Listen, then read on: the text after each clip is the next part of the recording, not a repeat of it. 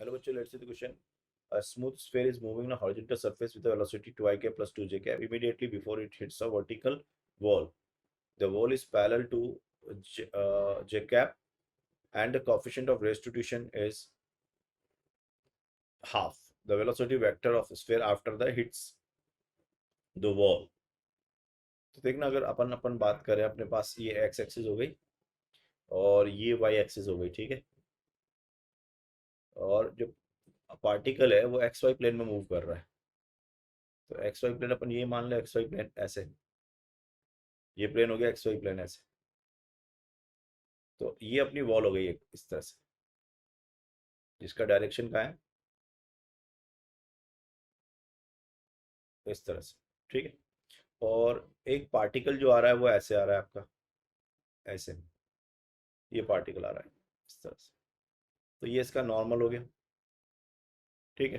तो दो वेलोसिटीज होंगी यहाँ पर। एक वेलोसिटी जो होगी वो वेलोसिटी पैरेलल टू,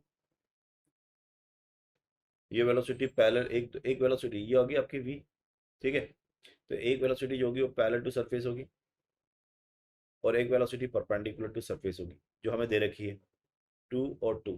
तो ये तो हो गया 2, ये हो गया 2, ठीक है। तो ये तो एज इट इज रहनी है। तो कौन सी पलट जानी है?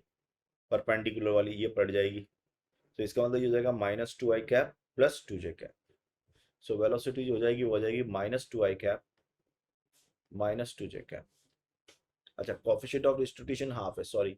तो हम जानते हैं वी रिफ्लेक्टेड जो होती है वो minus of E into V of incident होती है, ये वेक्टर फॉर्म के अंदर।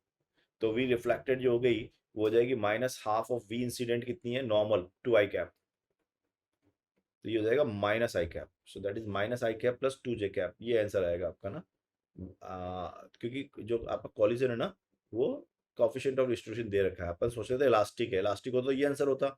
और अगर इलास्टिक नहीं है तो हमारा आंसर क्या होगा, वो क्या होगा, हमारा आंसर हो जाएगा ये -i cap plus 2j cap. That will the answer. So that means B option is correct. All the best.